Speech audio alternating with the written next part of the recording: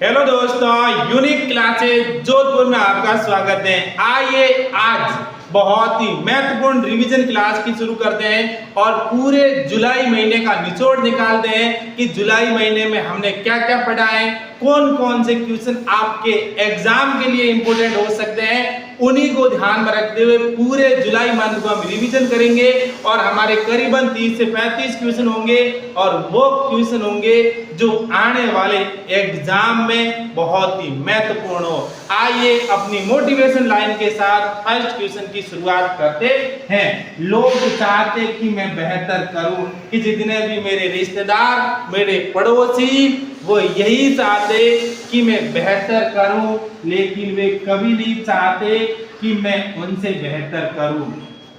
लेकिन जितने भी मेरे रिश्तेदार हैं, जितने भी मेरे पड़ोसी हैं, लेकिन वे कभी नहीं चाहते कि मैं उनसे बेहतर करूं। इसी के साथ अपने फर्स्ट क्वेश्चन के साथ आज की शुरुआत करते हैं। क्या कहता है फर्स्ट क्वेश्चन, आइए देखते हैं। फर्स्ट क्वेश्चन कि मंजीरा वन्यजीव अभयारण्य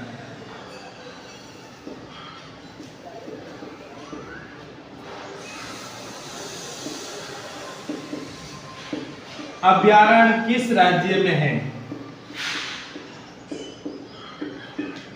राज्य में स्थित है। बहुत ही महत्वपूर्ण क्वेश्चन में से एक है कि मंजीरा वन्यजीव अभयारण्य जो हाल ही में चर्चा में रहा है वो किस राज्य में स्थित है, और वो है तेलंगाना के अंदर है। और इनकी चर्चा का भी क्या कारण है, क्योंकि ये रामसर साइट घोषित किया गया है। इस बात का ध्यान रहे कि ये रामसर साइट है जो भारत की रामसर साइट घोषित किया गया है। कौन सी रामसर साइट घोषित किया गया है? 83वीं रामसर साइट है जो मंजीरा वन्यजीव अभयारण्य को घोषित किया गया है। और ये किस राज्य के अंदर है? तेलंगाना के अंदर है। और तेलंगाना का गठन भी आपको याद होना चाहिए, 2 जून 2014 को है तेलंगाना का गठन हुआ। हाँ, इस बात का ध्यान रहे।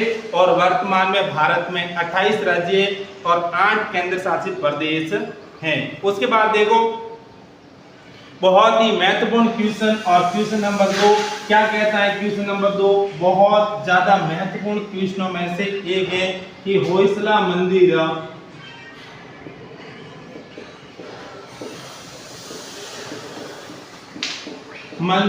हाल ही में चर्चा में रहा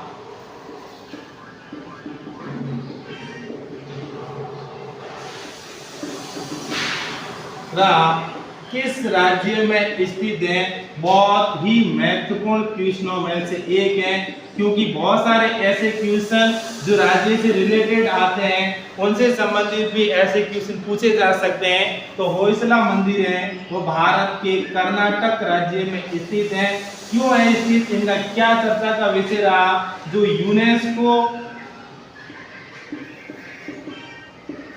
यूनेस्को जो विश्व धरोहर स्थल है उनमें जो भारत का 42वां स्थान है जो होयसला मंदिर है उनको बनाया गया था, क्योंकि ये प्राचीन स्थलों में से एक है जिसका नाम है होयसला। और उसके बाद यूनेस्को का जो भारत का 43वां स्थान है वो है मोइंदम। कहां पर है? और ये है असम के अंदर है। वो भारत का 43वां यूनेस्को स्थल है। इस बात का भी ध्यान रहे। और उसके बाद बहुत ही महत्वपूर्ण क्वेश्चन लेकर आए हैं हम। क्या कहता है क्वेश्चन नंबर 3? क्योंकि अगर आप पढ़ रहे हैं तो उनका रिवीजन भी होना बहुत ज्यादा जरूरी है, क्योंकि रिवीजन के माध्यम से ही हम बहुत सारी चीजें क्लियर कर पाते हैं जो हम पढ़कर नहीं कर पाते हैं। पिच ब्लैक युद्ध अभ्यास क्या कहता है? पिच ब्लैक युद्धाभ्यास, पिच ब्लैक युद्धाभ्यास का आयोजन किस देश में होगा? बहुत ज्यादा महत्वपूर्ण क्वेश्चनों में एक है जिनका आयोजन होगा वो है ऑस्ट्रेलिया। किसके आयोजन होगा? ऑस्ट्रेलिया के अंदर जो पिच ब्लैक है वो युद्ध अभ्यास का आयोजन किया जाएगा। और इस युद्ध अभ्यास के अंदर 20 से ज्यादा देश हैं जो भाग लेंगे। कितने ज्यादा देश भाग लेंगे? 20 से ज्यादा देश हैं जो इस युद्ध अभ्यास में भाग लेंगे। और ये वायुसेना का युद्ध अभ्यास है। किसका युद्ध अभ्यास है? वायुसेना का युद्ध अभ्यास है। इस बात का भी ध्यान रहे। और भारत भी इसमें भाग लेगा। कौन सा देश भाग लेगा? भारत इस देश के इस युद्ध अभ्यास के अंदर भाग लेगा। इसलिए बहुत ही महत्वपूर्ण क्वेश्चन बन जाता है, क्योंकि ये बहुराष्ट्रीय युद्ध अभ्यास है। कौन सा युद्ध अभ्यास है? बहुराष्ट्रीय। क्योंकि ऐसे क्वेश्चन पूछ सकता है कि बहुराष्ट्रीय कैसे हुआ? क्योंकि इसके अंदर 20 से ज्यादा देश भाग लेंगे और वायुसेना की अपने अपने देश हैं जो वायुसेना की अपनी ताकत को वहां पर दिखाएंगे कि हमारे देश का ये प्रदर्शन है और हमारे देश का ये प्रदर्शन है। इस बात का भी ध्यान रहे। और उसके बाद अगला क्वेश्चन क्या कहता है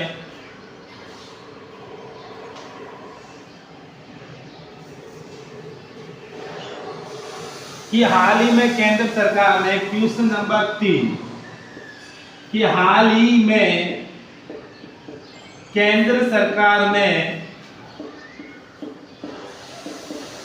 किस दिवस को संविधान हत्या दिवस मनाने की घोषणा की?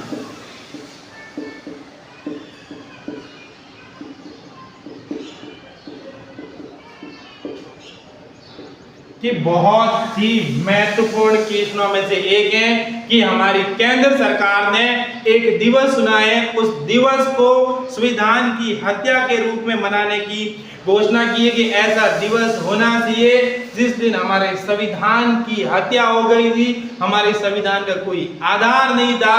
और उस दिन को 25 जून कहा जाता है। कब कहते हैं? 25 जून को है जो संविधान की हत्या दिवस के रूप में मनाने की घोषणा की गई थी, क्योंकि भारत के अंदर लगा था आपातकाल। भारत में क्या लगा था? आपातकाल। तो ये भी ध्यान में होना चाहिए कि भारत में आपातकाल आज तक कितने लगे हैं? तो हमारे देश में आपातकाल लगे हैं 3। प्रथम आपातकाल कब लगा? 26 अक्टूबर 1962 को है जो हमारे देश के अंदर प्रथम आपातकाल लगा। और दूसरा आपातकाल लगा वो लगा 3 दिसंबर 1971 को। और तीसरा आपातकाल लगा वो लगा 25 जून 1975 को है जो हमारे देश के अंदर है। जो 3 तरह के आपातकाल लगे हैं। लेकिन इस बात का ध्यान रहे कि इसके अंदर भारत और चीन के मध्य जो युद्ध हुआ इस कारण लगा, और इसमें भारत और पाकिस्तान के मध्य युद्ध हुआ इस कारण लगा। और जो 1975 के अंदर युद्ध जो आपातकाल लगा इसके अंदर उन्होंने आंतरिक अशांति बताया। क्या बताया? आंतरिक अशांति के कारण है जो हमारे देश के अंदर है आज तक 3 आपातकाल लगे। लेकिन केंद्र सरकार मान रही है कि इसमें तो ठीक है कि भारत और चाइना के मध्य युद्ध हुआ इस कारण से लगा। इसमें भी ठीक है कि भारत और पाकिस्तान के मध्य युद्ध हुआ इस कारण से लगा। लेकिन इसका कोई कारण नहीं था कि ऐसे कि हमारे देश के अंदर आपातकाल लगाई जाए और विपक्ष के जितने भी नेता थे उन सभी नेताओं को जेल में डाल दिया गया था। इस बात का भी ध्यान रहे। इसलिए हमारे देश को इस दिन है जो संविधान की हत्या के रूप में जाना जाएगा। और हाल ही में केंद्र सरकार ने इस विषय को बड़ी ही गहनता से ऊपर उठाया है। और इसके साथ हम क्वेश्चन नंबर 4 देखेंगे कि क्वेश्चन नंबर 4 क्या कहना चाहता है। कि क्वेश्चन नंबर 4 क्या कहना चाहता है। बहुत ही महत्वपूर्ण क्वेश्चन है। क्वेश्चन नंबर 4 क्या है? क्वेश्चन नंबर 4 देखिए।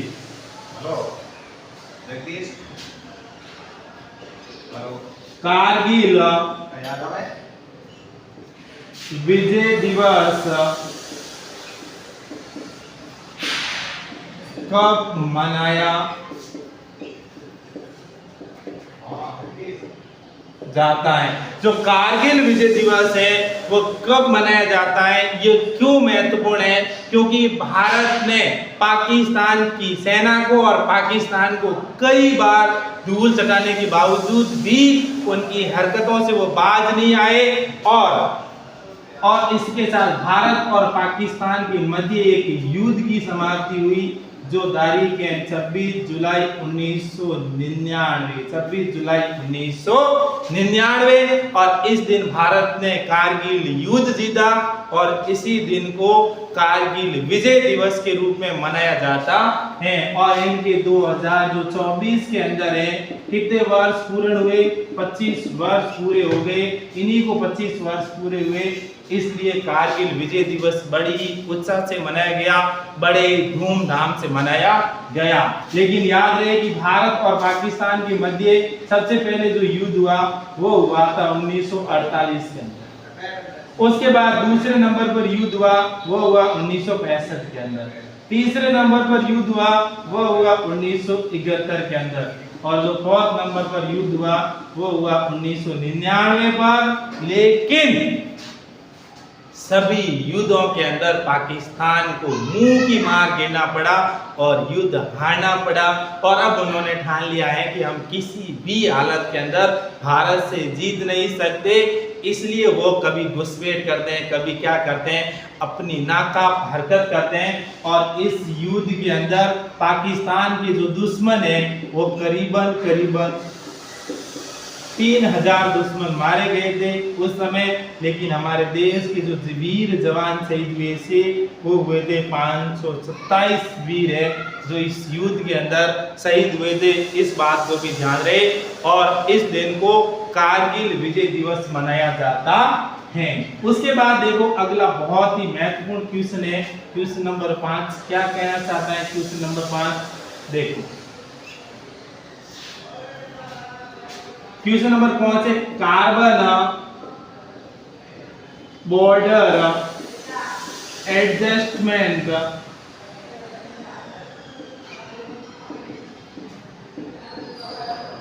कार्बन बॉर्डर एडजस्टमेंट मैकेनिज्म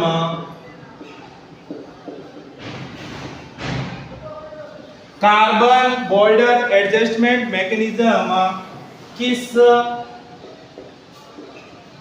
संघ से संबंधित है? ऐसा कौन सा संघ है जिससे संबंधित है? और वो संघ इसके ऊपर बहुत ज्यादा निर्णय ले रहा है कि क्या है निर्णय और क्या है कार्बन बॉर्डर एडजस्टमेंट मैकेनिज्म, और ये किस संघ से संबंधित है?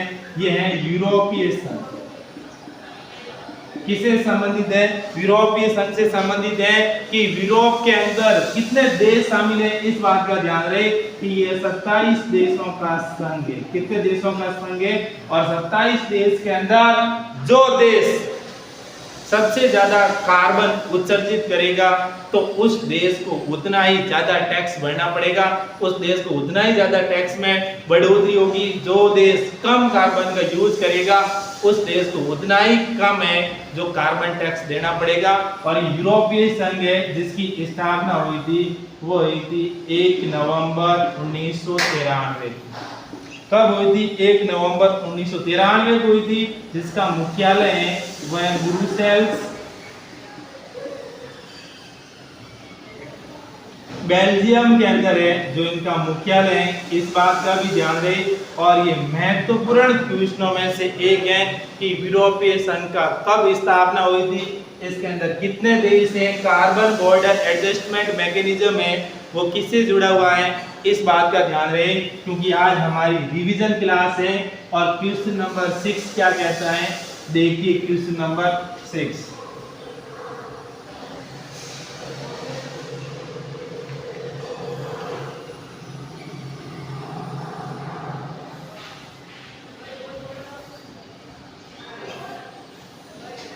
किस खिलाड़ी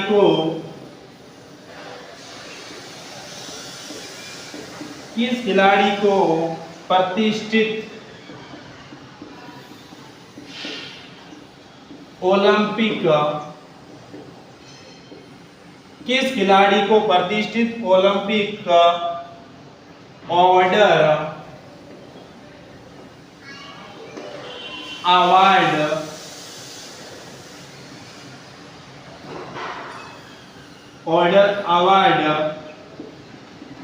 से सम्मानित किया गया। बहुत ही महत्वपूर्ण क्वेश्चन है कि ऐसा कौन सा खिलाड़ी है जिनको ओलंपिक ऑर्डर अवार्ड से सम्मानित किया गया है, क्योंकि ओलंपिक ऑर्डर अवार्ड है जो किसी खिलाड़ी के लिए मिलना बहुत ज़्यादा मुश्किलों में से एक है, क्योंकि उस खिलाड़ी की बहुत बड़ी बड़ी उपलब्धि होती है, तभी उस खिलाड़ी को है जो ऑर्डर और ओलंपिक खेल है मिलते हैं। इस बात को ध्यान रहे, वो पुरस्कार मिलता है। आइए हम देखते हैं कि ऐसा कौन सा खिलाड़ी है, तो वो है अभिनव बिंद्रा। अभिनव बिंद्रा को है जो ऐसे पुरस्कार मिला है, क्योंकि अभिनव बिंद्रा की भारत के अंदर बड़ी उपलब्धियों में से एक है, क्योंकि इन्होंने 2008 के अंदर जो बीजिंग के अंदर ओलंपिक हुए थे, और बीजिंग ओलंपिक के अंदर भारत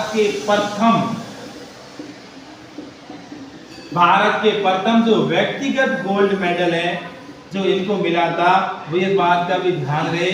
और किसको मिला था? वो मिला था अभिनव बिंद्रा को। ऐसा प्रथम व्यक्ति है जिनको व्यक्तिगत रूप से गोल्ड मेडल मिला था। कब मिला था? बीजिंग ओलंपिक के अंदर। बीजिंग ओलंपिक कब हुए थे? 2008 के अंदर हुए थे, उसके अंदर मिला था। और इसी उपलब्धि के लिए अभिनव बिंद्रा को ओलंपिक ऑर्डर है जो पुरस्कार दिया गया। ये बहुत ज्यादा महत्वपूर्ण क्वेश्चनों में से एक है। और उसके बाद क्वेश्चन 7 क्या कहता है? क्वेश्चन 7 आइए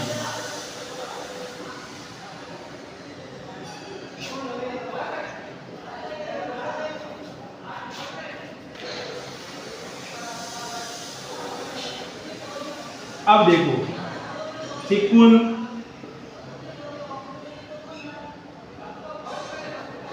ला सुरंग परियोजना, सिकुन ला सुरंग परियोजना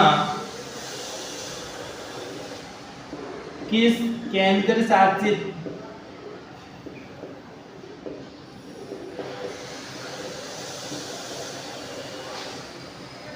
प्रदेश में स्थित है? बहुत ही महत्वपूर्ण क्वेश्चन है कि हाल ही के अंदर चर्चा में रही सिकुन ला परियोजना है वो किस केंद्र शासित प्रदेश के अंदर स्थित है, और इनकी चर्चा में रहने का क्या कारण है। ये बहुत ज्यादा महत्वपूर्ण क्वेश्चनों में से एक है, क्योंकि हाल ही के अंदर इनका उद्घाटन हुआ है। और उद्घाटन कहाँ पर हुआ है? वो हुआ है लखनऊ के अंदर। और इनका उद्घाटन किसने किया? वो किया है पीएम मोदी ने। किसने किया? पीएम नरेंद्र मोदी ने, जो हाल ही के अंदर इनका उद्घाटन किया गया है। और चर्चा में रहने का क्या कारण है कि ऐसी ये क्या रीजन है कि ये परियोजना चर्चा में रही है? तो इसका कारण है कि ये लेह और लद्दाख को हर मौसम के अंदर जोड़कर रखेगी, हर मौसम में जोड़कर रखेगी। इस बात का ध्यान रहे, लेह और लद्दाख को। और इसकी लंबाई है वो है 4.1 किलोमीटर, 4.1 किलोमीटर। और बहुत ही महत्वपूर्ण क्वेश्चनों में से एक है सिकुन ला परियोजना। और ये कहाँ पर है? लद्दाख के अंदर है। 26 जुलाई को प्रधानमंत्री ने इनका उद्घाटन किया है।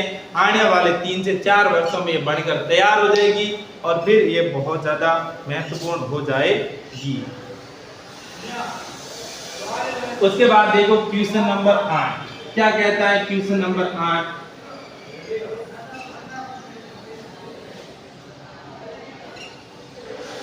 पेरिस ओलंपिक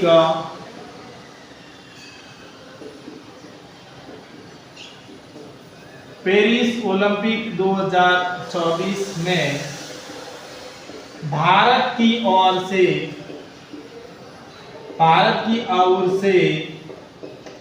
किसे ध्वजवाहक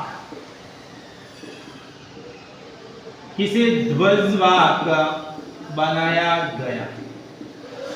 ये बहुत ज्यादा महत्वपूर्ण प्रश्नों में से एक है कि पेरिस ओलंपिक जो 2024 है इनका आयोजन अभी चल रहा है और इस आयोजन के दौरान भारत की ओर से इसे ध्वजवाहक किसे बनाया गया है, तो ध्वजवाहक 2 को बनाया गया है। सबसे पहले बनाया गया है पीवी सिंधु को। किसको बनाया? पीवी सिंधु को। और दूसरे नंबर पर बनाया गया है वो है अचन शरद कमल को। अचन शरद कमल है, इन दोनों को बनाया गया है। और पीवी सिंधु है वो बैडमिंटन की खिलाड़ी है।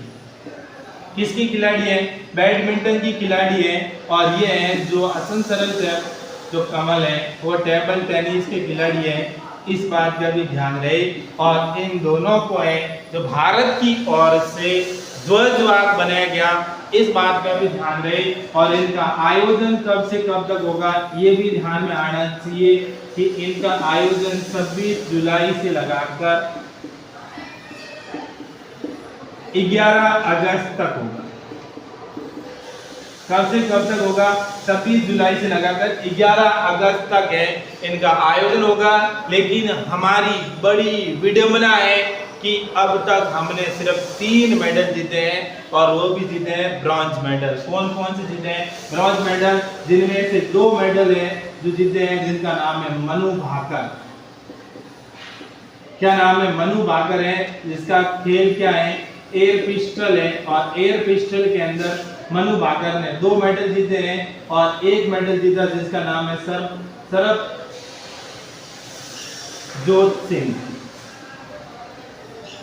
सरबजोत सिंह है, इन्होंने 1 मेडल जीता है। इस तरह से भारत ने अब तक है जो केवल 3 ब्रॉन्ज मेडल जीते हैं। कौन से मेडल जीते हैं? इस बात का भी ध्यान रहे कि वो ब्रॉन्ज मेडल जीते हैं 3। लेकिन हाल ही में अब तक सबसे टॉप देशों में एक रहा है जिसका नाम है ऑस्ट्रेलिया और इन्होंने 11 गोल्ड मेडल जीते हैं ऑस्ट्रेलिया ने। उसके बाद क्वेश्चन 8 क्या कहता है देखो।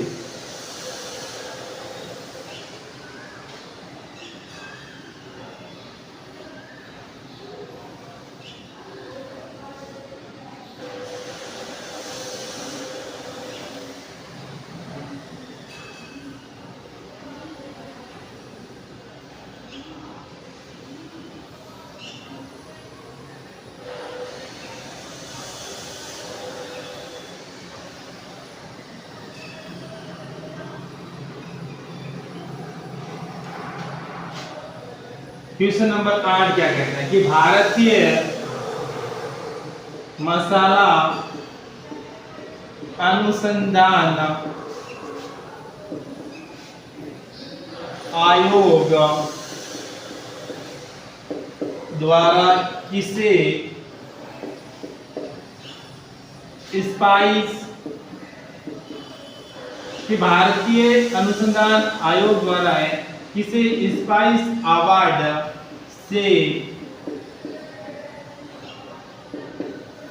सम्मानित किया गया। बहुत ही महत्वपूर्ण प्रश्नों में से एक है कि भारतीय जो मसाला आयोग है उन्होंने 2024 के अंदर किसे स्पाइस अवार्ड है जो उनको देने की घोषणा की गई है जिसका नाम है स्वप्ना कलिंगल। स्वप्ना कलिंगल है, इनको एक स्पाइस अवार्ड दिए जाने की घोषणा की गई है जिनका आयोजन कहां पर किया गया है? केरल के अंदर इनका आयोजन किया गया था और वहां पर इनको है ये अवार्ड देने की घोषणा की गई। और उसके बाद देखो अगला बहुत ही महत्वपूर्ण क्वेश्चन है क्वेश्चन नंबर 9। क्वेश्चन नंबर 9 क्या कहता है कि राष्ट्रीय बाल संरक्षण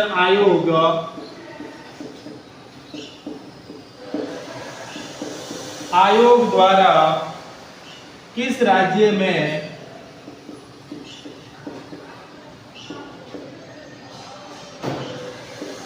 अभ्रक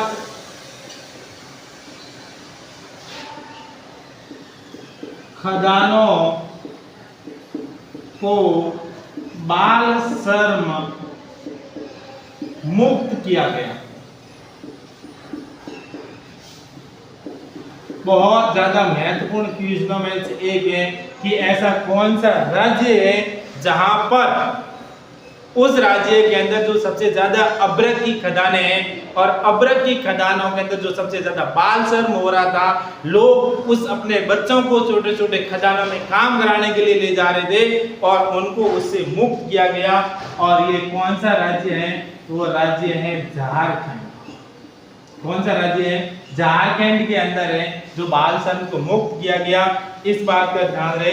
लेकिन जो राष्ट्रीय जो बाल संरक्षण आयोग है, इनकी अध्यक्ष कौन है, इस बात का भी ध्यान रहे। तो इनकी अध्यक्ष है प्रियंका कानूनगो। कौन है? प्रियंका कानूनगो। और इसका अधिनियम कौन सा है? किस अधिनियम के तहत इनकी स्थापना हुई? तो इनका अधिनियम है वह 2005 का अधिनियम है, लेकिन इनकी स्थापना हुई थी, इस बात का ध्यान रहे कि इनकी स्थापना हुई वह 2007 के अंदर हुई। और ये बहुत ज्यादा महत्वपूर्ण क्वेश्चन है कि ऐसा क्वेश्चन अभ्रक का आ रहा है, लेकिन जब ये क्वेश्चन आ जाए कि भारत के अंदर एल्यूमिनियम का सबसे ज्यादा उत्पादक राज्य,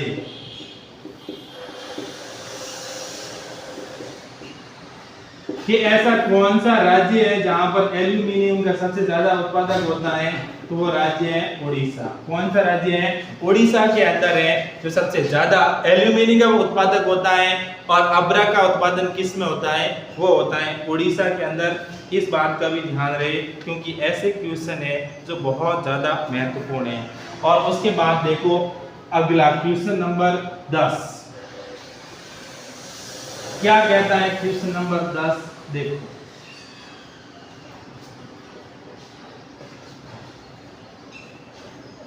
डीआरडीओ द्वारा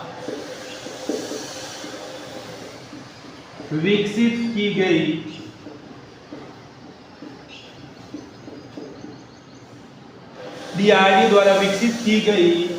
सतह से हवा में वार करने वाली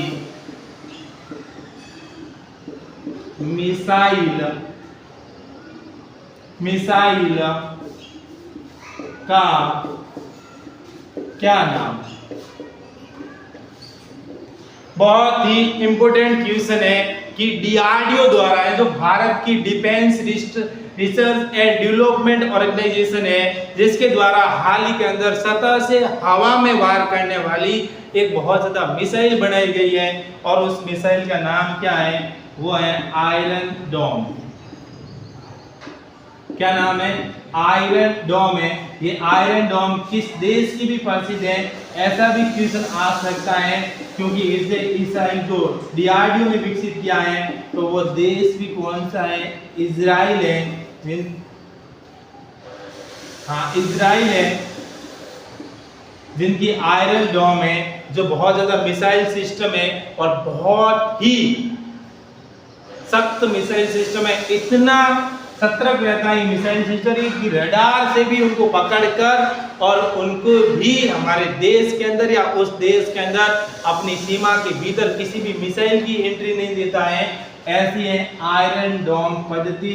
इसी के तहत हमारे डीआरडीओ ने भी एक मिसाइल को विकसित किया है। मिसाइल को क्या किया है? विकसित। और उसके बाद अगला क्वेश्चन क्या कहता है? अगला क्वेश्चन देखो, क्वेश्चन नंबर 11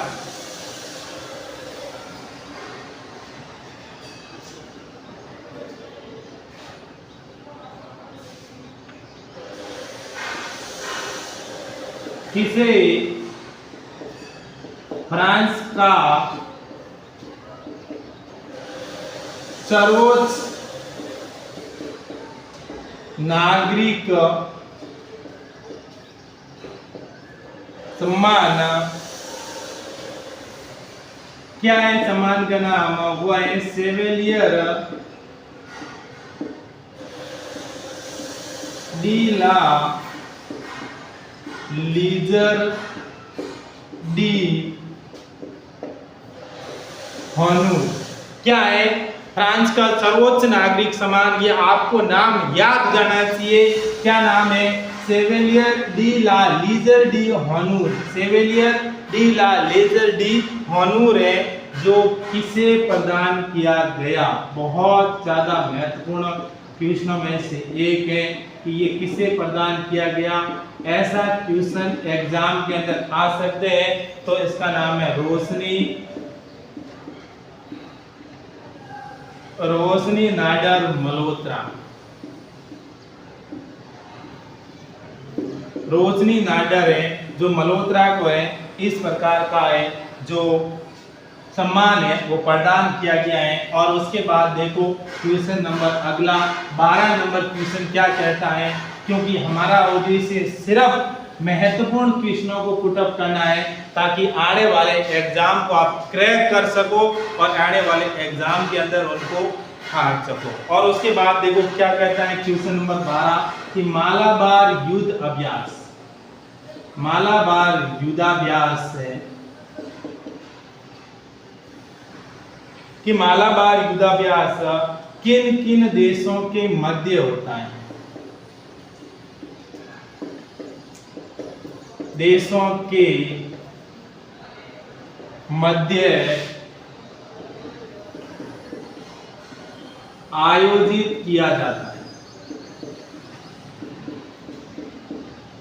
कि मालाबार युद्ध अभ्यास है वो किन किन देशों के मध्य है जो आयोजित किया जाता है, इस बात का ध्यान रहे। तो इसमें सबसे पहला देश है वो देश है जापान। वो देश कौन सा है?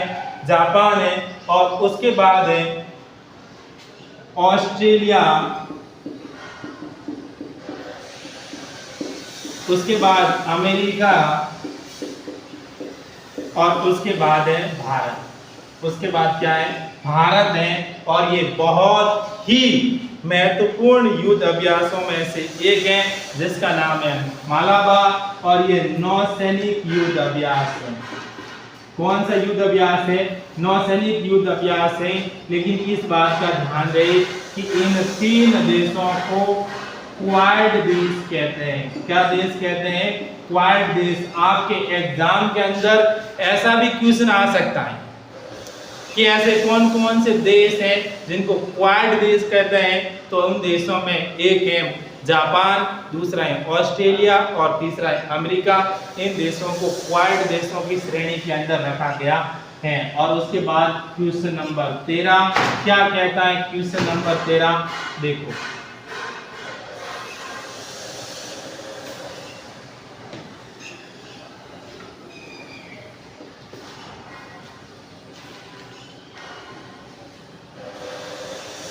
किसे रूस का सर्वोच्च नागरिक सम्मान प्रदान किया गया? बहुत ही महत्वपूर्ण क्वेश्चन है कि ऐसा कौन सा व्यक्ति है जिसे रूस देश का सर्वोच्च नागरिक सम्मान है उनको प्रदान किए गए। और वो प्रदान किया गया भारत के प्रधानमंत्री नरेंद्र मोदी को। और उस सम्मान का नाम क्या है वो भी आपको याद होना चाहिए कि रूस ने ऐसा कौन सा सम्मान दिया है जिनको याद करना बहुत ज्यादा जरूरी है, जिसका नाम है order of saint, order of saint Andrew, order of saint Andrew the apostle,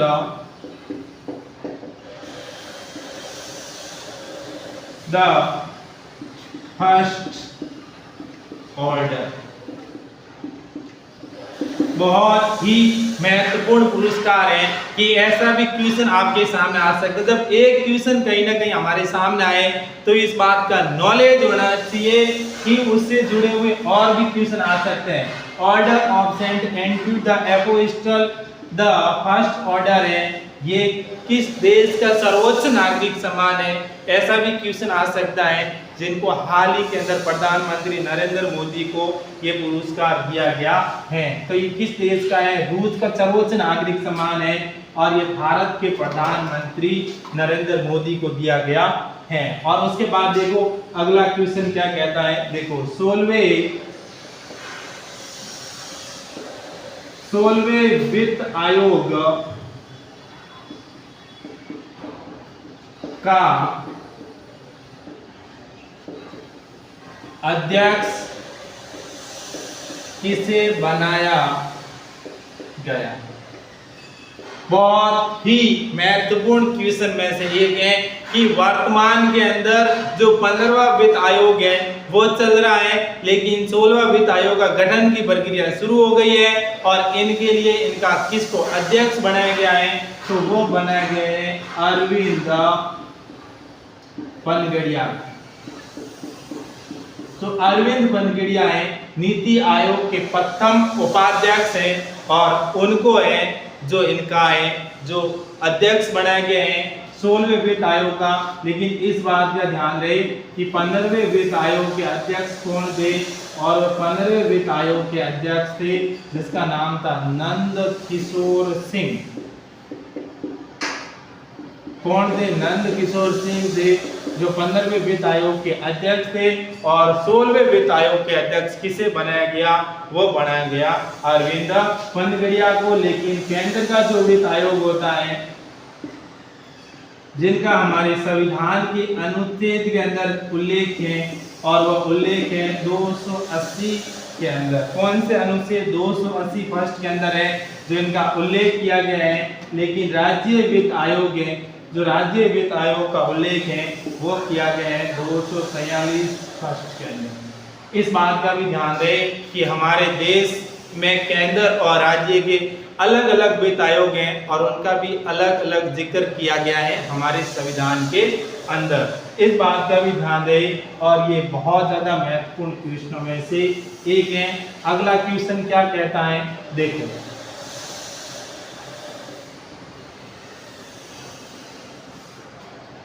कि हाल ही में ICC player of the month किसे चुना गया है?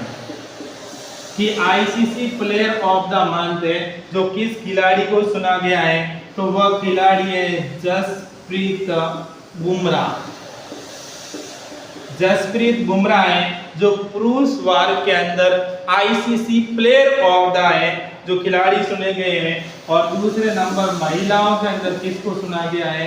वो चुना गया है स्मृति मंधाना को। किसको चुना गया है?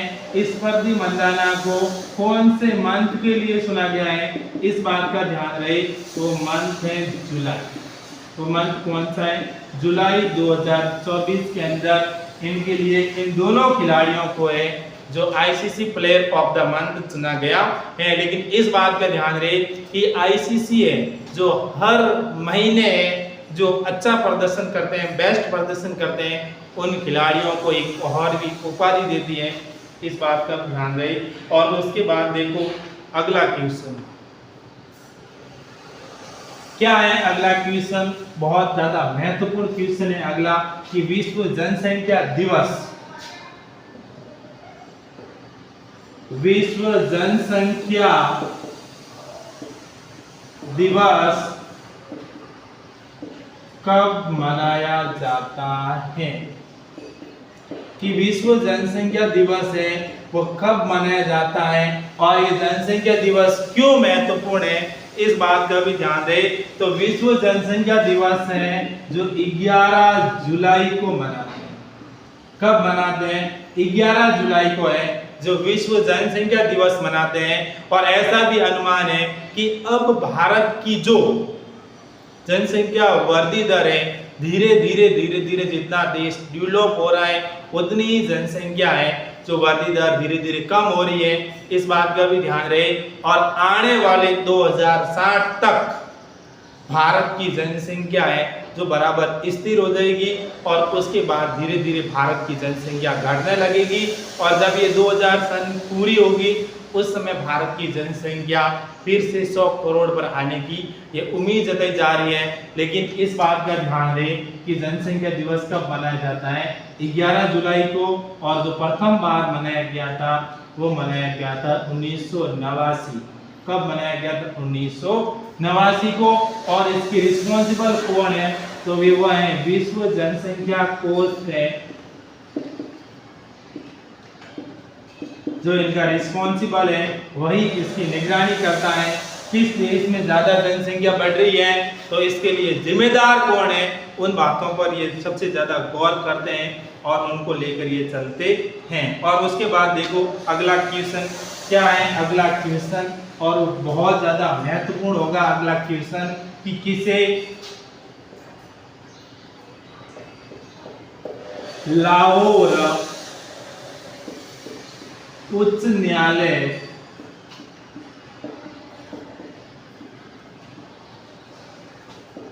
में महिला मुख्य न्यायाधीश बनाया गया। क्योंकि ऐसे भी क्वेश्चन है जो आपके एग्जाम के अंदर आ सकते हैं कि ऐसी कौन सी महिलाएं जिनको लाहौर उच्च न्यायालय के अंदर है जो उनकी मुख्य न्यायाधीश बनाई गई है। क्योंकि ऐसे क्वेश्चन भी पाकिस्तान से रिलेटेड क्वेश्चन भी हमारे एग्जाम के अंदर पूछ सकते हैं, जिसका नाम है आलिया नीलम।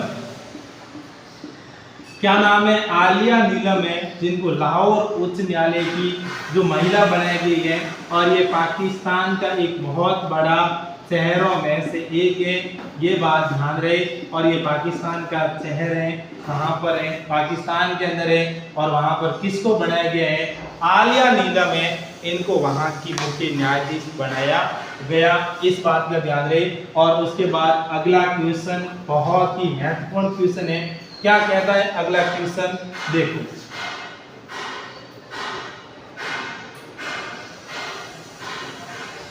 विश्व के सबसे बड़े रामायण मंदिर का निर्माण, विश्व के सबसे बड़े रामायण मंदिर का निर्माण कहां पर हो रहा है? कहां पर हो रहा है? तो ये कहां पर हो रहा है? ये हो रहा है चंपारण। और चंपारण कहाँ है? बिहार के अंदर विश्व के सबसे बड़े मंदिर का निर्माण हो रहा है। इस बात का भी ध्यान रहे। और ये कहाँ पर होना है? बिहार के अंदर। इतने भव्य मंदिर का निर्माण हो रहा है जो आज तक किसी भी जगह पर नहीं बना है। इतने भव्य मंदिर का निर्माण है जो हो रहा है। और इसका क्या कारण है? क्योंकि ये भव्य मंदिर क्यों बन रहा है, इसके भी पीछे बहुत सारे रीजन है। देखो अगला क्वेश्चन क्या है कि विंबलडन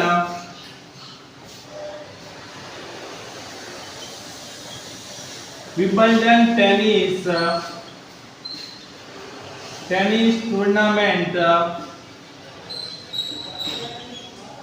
विंबलडन टेनिस टूर्नामेंट 2024 का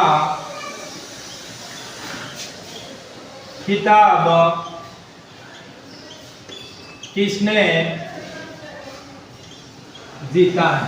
बहुत ज्यादा महत्वपूर्ण है कि जो टेनिस का सबसे बड़ा खेल है जिनको कहते हैं विंबलडन टेनिस, और विंबलडन टेनिस टूर्नामेंट है जो 2024 का खिताब है जो किसने जीता। तो इस बात का ध्यान रहे कि जो पुरुष वर्ग है, पुरुषों के अंदर तो जीता है वो है कार्लोस अल्कारेज। क्या है? Carlos Alcaraz. और महिलाओं के अंदर है, इस बात का ध्यान रहे कि दोनों के नाम आपको याद होना चाहिए कि पुरुषों के अंदर है जो विंबलडन 2024 है उसका पुरस्कार किसने जीता है? तो वो जीता है महिलाओं के अंदर कुछ नाम ऐसा एक महिला है जिन्होंने उन पुरस्कारों को जीता है, लेकिन ये बात भी ध्यान रहे, मैं थोड़ी देर बाद बताऊंगा कि महिलाओं ने किसने पुरस्कार जीता। और ये जो टेनिस के है ना, जो सबसे बड़े 4 टूर्नामेंट होते हैं, कितने टूर्नामेंट होते हैं? 4 टूर्नामेंट होते हैं, जिसमें सबसे पहला टूर्नामेंट है वो है ऑस्ट्रेलिया, जो सबसे पहले होता है, और दूसरे नंबर पर होता है वो होता है फ्रांस, और तीसरे नंबर पर होता है वो होता है विंबलडन, और जो 4th नंबर पर होता है वो होता है यूएस ओपन। को क्या होता है? यूएस ओपन टूर्नामेंट है। इस प्रकार की टेनिस के सबसे बड़े जो ग्रैंड स्लैम है, उनमें से 4 ग्रैंड स्लैम सबसे महत्वपूर्ण है, ऑस्ट्रेलिया, फ्रांस, विंबलडन और यूएस। और उसके बाद क्या है अगला क्वेश्चन कि आज, क्योंकि हम आज जुलाई का रिवीजन कर रहे हैं, तो जुलाई के अंदर जितने भी क्वेश्चन है उन क्वेश्चन का निचोड़ होना चाहिए, और उसके बाद किसने प्रधानमंत्री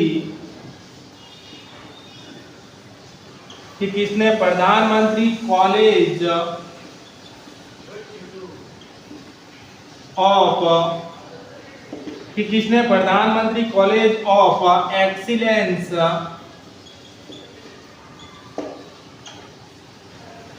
का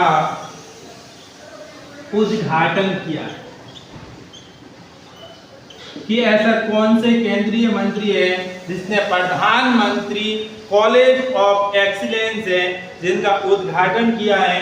तो वो क्या है? हमारे गृह मंत्री, और गृह मंत्री कौन है? वो है अमित शाह। अमित शाह ने कॉलेज ऑफ एक्सीलेंस का उद्घाटन किया है। क्यों किया है? क्योंकि जो हमारी शिक्षा नीति है, उस शिक्षा नीति को आगे बढ़ाने के लिए, और जो हमारी नई शिक्षा नीति है उनको और भी बेहतर बनाने के लिए कॉलेज ऑफ एक्सीलेंस का आयोजन किया गया है। और जो हमारी प्रथम शिक्षा नीति कब आई थी? 1968 के अंदर आई थी, जिसका आयोग के अध्यक्ष कौन थे? किस आयोग की अध्यक्षता में आई थी? वो आई थी कोठारी आयोग। और उसके बाद जो हमारी दूसरी शिक्षा नीति है, जो 1986 के अंदर आई थी, और वो आई थी कस्तूरी रंगन जो आयोग है, उनके आयोग की अध्यक्षता में उनकी जो हमारी दूसरी शिक्षा नीति आई थी। और जो हमारी तीसरी शिक्षा नीति है जो 2020 है, वो भी डॉक्टर कस्तूरी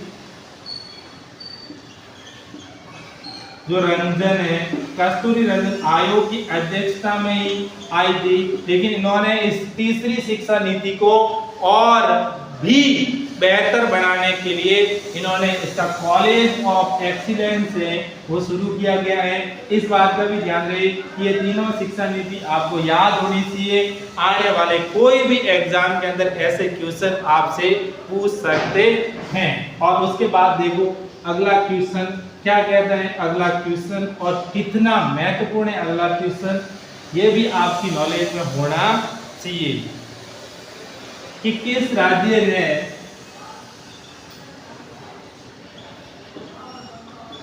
प्रथम बर्ड गैलरी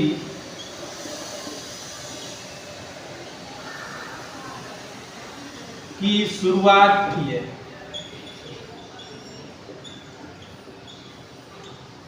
कि भारत का ऐसा कौन सा राज्य है जिन्होंने प्रथम बार है जो बर्ड गैलरी है शुरुआत की है, जहां पर पशु और पक्षियों के लिए, और विशेष तौर से उत्तराखंड के अंदर हजारों तरह के पक्षी रहते हैं, उन पक्षियों को सुरक्षित रखने के लिए बर्ड गैलरी शुरू की है, जिसका नाम है, भारत का राज्य है जिसका नाम है उत्तराखंड। जिनका गठन कब हुआ था, इस बात का भी ध्यान रहे कि ये सन 2000 के अंदर उत्तराखंड का गठन हुआ था, और इसमें हजारों तरह के पक्षी रहते हैं, देवभूमि कहा जाता है, इसलिए इस राज्य के अंदर बर्ड गैलरी की क्या है शुरुआत हुई है। ये बहुत ज्यादा महत्वपूर्ण क्वेश्चनों में से एक है। और उसके बाद अगला क्या कहता है क्वेश्चन, किस राज्य ने एंटी नारकोटिक्स फोर्स के गठन की घोषणा की कि भारत का ऐसा कौन सा राज्य है, उस राज्य ने एंटी नारकोटिक्स के गठन की घोषणा की है और वो राज्य है राजस्थान। कौन सा राज्य है?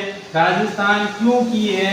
क्योंकि राजस्थान के अंदर जो मादक पदार्थ है, मादक पदार्थ के उपयोग को रोकना, मादक पदार्थ के उपयोग को रोकना, ये सबसे बड़ा उद्देश्य है इसका। इस बात का भी ध्यान रहे और इसके लिए इस राज्य ने एंटी नारकोटिक्स से इनके गठन की घोषणा की है। और उसके बाद क्या कहते हैं, अगला क्वेश्चन बहुत ही महत्वपूर्ण क्वेश्चन है, एंटी नारकोटिक्स के गठन की घोषणा। और उसके बाद देखो क्या है अगला क्वेश्चन, किस राज्य ने लाडला भाई योजना शुरू करने की घोषणा की है? कि किस राज्य ने लाडला भाई योजना है जो शुरू करने की घोषणा की है? तो वो राज्य है महाराष्ट्र। वो कौन सा राज्य है? महाराष्ट्र राज्य है जिन्होंने लाडला भाई योजना है जो शुरू करने की घोषणा की है। क्योंकि जो लड़का अगर 12th पास है तो उस लड़के को 6,000 रुपये मिलेंगे, और कोई लड़का अगर डिप्लोमा किया है किसी लड़के ने तो उस लड़के को 8,000 रुपये मिलेंगे प्रति मंथ। और किसी लड़के ने अगर ग्रेजुएट किया है, ग्रेजुएशन किया है,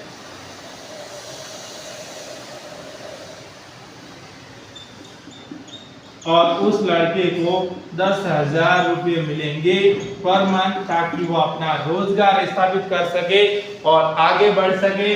लेकिन जब ये क्वेश्चन आ जाए आपके सामने कि जो लाडली बहन योजना है वो किस राज्य की है, तो वो है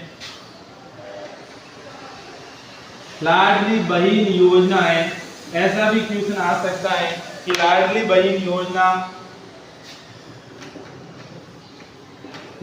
किस राज्य की है, तो ये मध्य प्रदेश की योजना है, जिन्होंने मध्य प्रदेश की सरकार ने लाडली बहन योजना को शुरू किया, जिसके अंदर जो 21 साल की महिला है या कोई लड़की है, उस लड़कियों को और महिलाओं को है पर महीने 1,000 रुपए की आर्थिक सहायता देने की घोषणा की है। क्या है, बहुत ज्यादा ये महत्वपूर्ण क्वेश्चन है, इस बात का भी ध्यान रहे। और क्या कहता है अगला क्वेश्चन, और वो बहुत ही महत्वपूर्ण क्वेश्चन है अगला, क्या है कि कटारा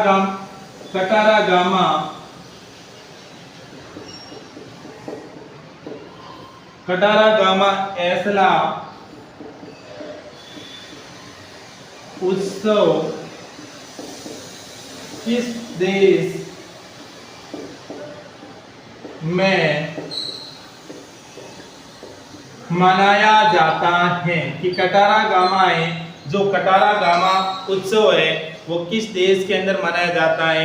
ये बहुत ही महत्वपूर्ण है और ये उत्सव श्रीलंका के अंदर मनाते हैं। किस देश के अंदर मनाते हैं? श्रीलंका के अंदर। इस प्रकार का वहां के लोग जो 80 फसल की उपज होती है इन्हीं की एवज में कटारा गामा उत्सव है वो मनाते हैं, और ये बहुत ज्यादा इंपोर्टेंट क्वेश्चन है। उसके बाद देखो नेल्सन मंडेला दिवस कब मनाया जाता है? ये भी बहुत ज्यादा महत्वपूर्ण है कि नेल्सन मंडेला दिवस है कब मनाया जाता है, ये क्यों मनाते हैं और इनके पीछे मनाने का क्या उद्देश्य है? तो ये मनाया जाता है 18 जुलाई को। कब मनाया जाता है? 18 जुलाई को है, तो नेल्सन मंडेला दिवस मनाते हैं। और इनकी मनाने की शुरुआत कब की गई है, ऐसा भी क्वेश्चन आ सकता है। तो शुरुआत हुई थी 2010 को। कौन है ये दक्षिण अफ्रीका के राष्ट्रपिता।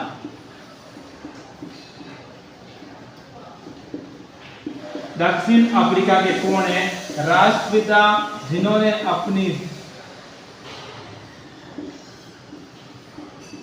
अपनी जिंदगी में रंग भेद को मिटाने का संघर्ष किया और अंत में इन्होंने रंग भेद के खिलाफ बहुत बड़ी रणनीति को खत्म किया और अपनी जिंदगी के 27 साल तक जेल में रहे, जेल से संघर्ष करते रहे और वहां की सरकार ने इनको जेल में डालते रहे। लेकिन अंत में अफ्रीका से जो काले और गोरों के मध्य भेद था उस भेद को वे मिटाने में बहुत ज्यादा सफल हुए। इस बात का भी ध्यान रहे, जिनका नाम है नेल्सन मंडेला। क्या नाम है? Nelson Mandela. और उसके बाद देखो किसे अमेरिका में भारत का राजदूत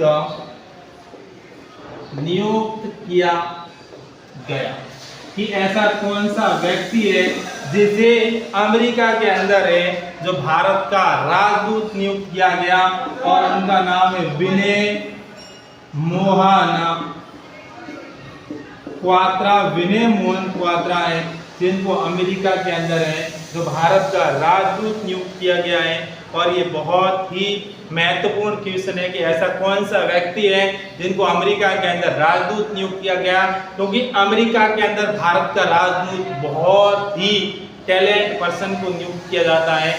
इस बात का भी ध्यान रहे। और क्या कहते हैं अगला क्वेश्चन कि किस देश ने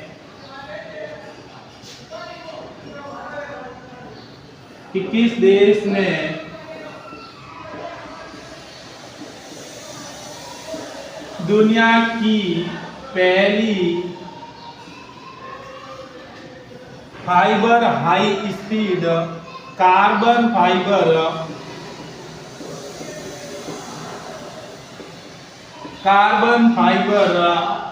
हाई स्पीड ट्रेन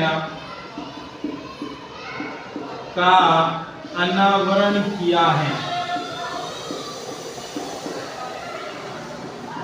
कि ऐसा कौन सा देश है और उस देश के अंदर दुनिया की पहली जो कार्बन फाइबर है जो हाई स्पीड ट्रेन है उस ट्रेन का उद्घाटन किया है। तो उस देश का नाम है चीन। क्या नाम है? चाइना ने इस प्रकार की रणनीति अपनाई है जो कार्बन से चलने वाली है जो ट्रेन का उद्घाटन किया है। और ये बहुत ही महत्वपूर्ण क्वेश्चन है। अगला क्वेश्चन क्या कहता है देखो, आइए अगला क्वेश्चन कि अखिल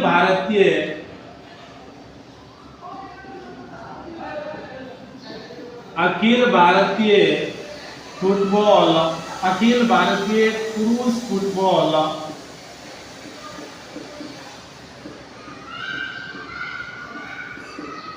टीम का मुख्य कोच किसे